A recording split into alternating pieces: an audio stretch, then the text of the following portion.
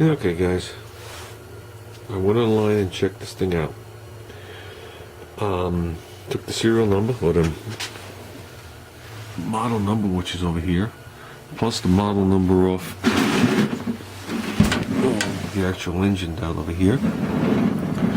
Okay, and I went on the internet, and to get an overhaul kit, carburetor kit, complete, shipped, was 9 something, 11 something. There's 2 different ones, so it's anywhere between $9 and $12 shipped to the door.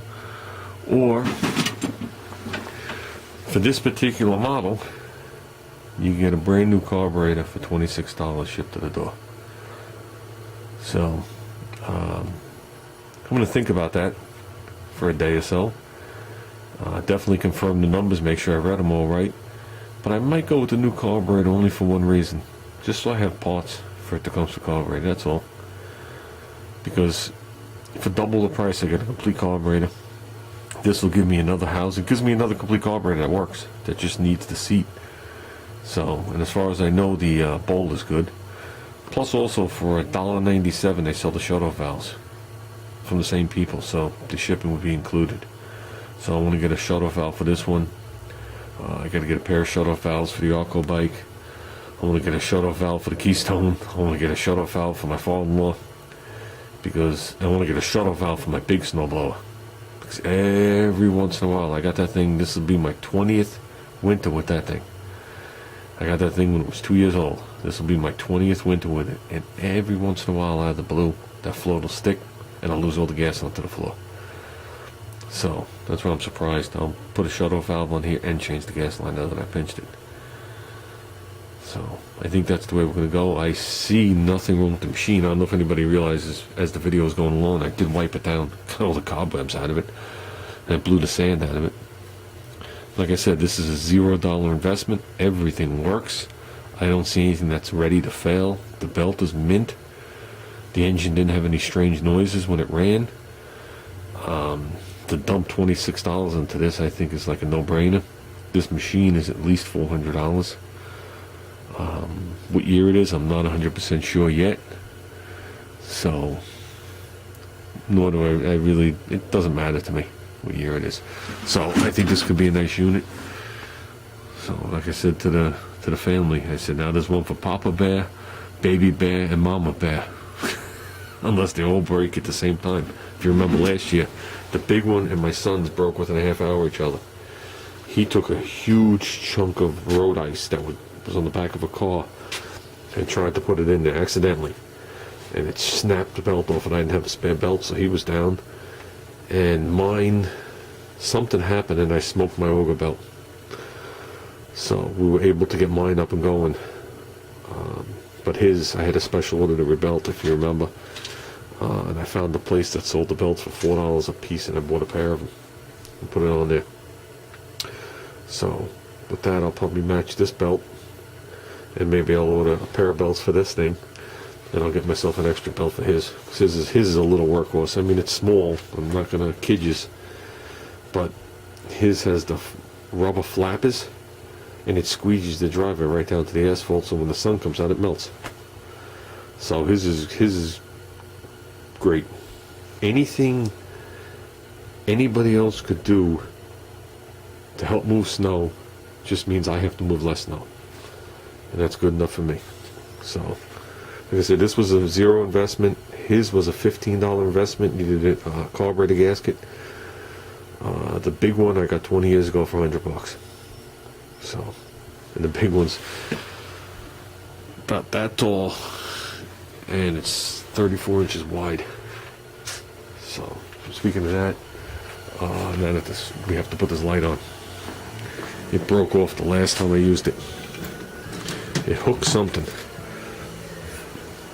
and I think it was already cracked. It looks like it was already welded, which I probably did once.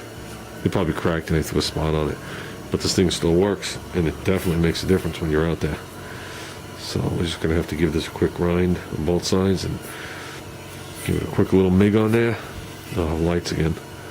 So that was the one thing I liked about it, the Comstor engine. It's about the only thing I liked, was a lot of them had the internal generators to give you power. They flickered a lot on an idle, but once you brought it up, it was pretty steady voltage.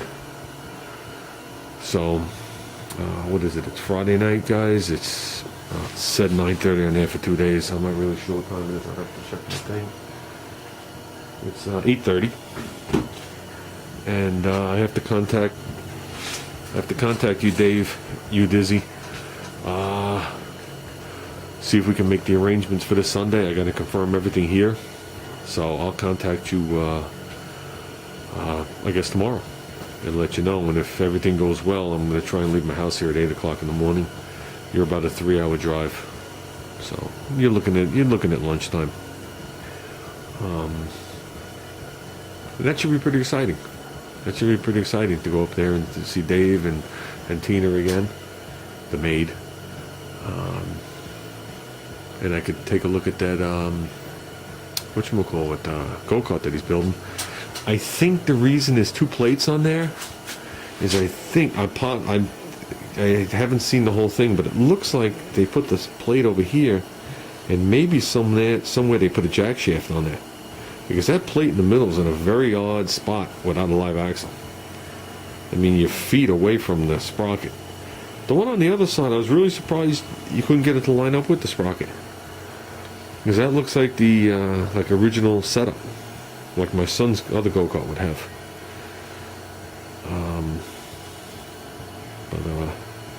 Yeah, I'd like to look at that thing and take a look at that take a look at that flathead. Any flathead I see excites me. I really like the flatheads, and I guess it just brings me back to my past and a simpler time. Growing up, I always wanted to be a small engine mechanic at a lawnmower shop in the next town over, and every time we went there I was like in awe. It was old school, like going to an old school auto parts. The guy was there at the counter that's had parts on it for 40 years, that never move. The counter just had a clear enough spot for you to put something down and talk to the guy, and it had the crap hanging above his head, and he had the one light bulb above him, and everything you could see. Half the people work, and the other half you couldn't see them where they were situated. Then like 5 years ago, I don't know if he finally sold, if he passed away, I really don't know, but I went back and they tore all the counter out. They tore everything out of the place, and it was just one guy standing there in the middle of the place at a podium with nothing around him. And the prices changed, the attitudes changed, them willing to help you changed. You deal with old school stuff, you go to an old school guy, and the old schoolness was gone. And I wound up going to different people, and then eventually I went on the internet. But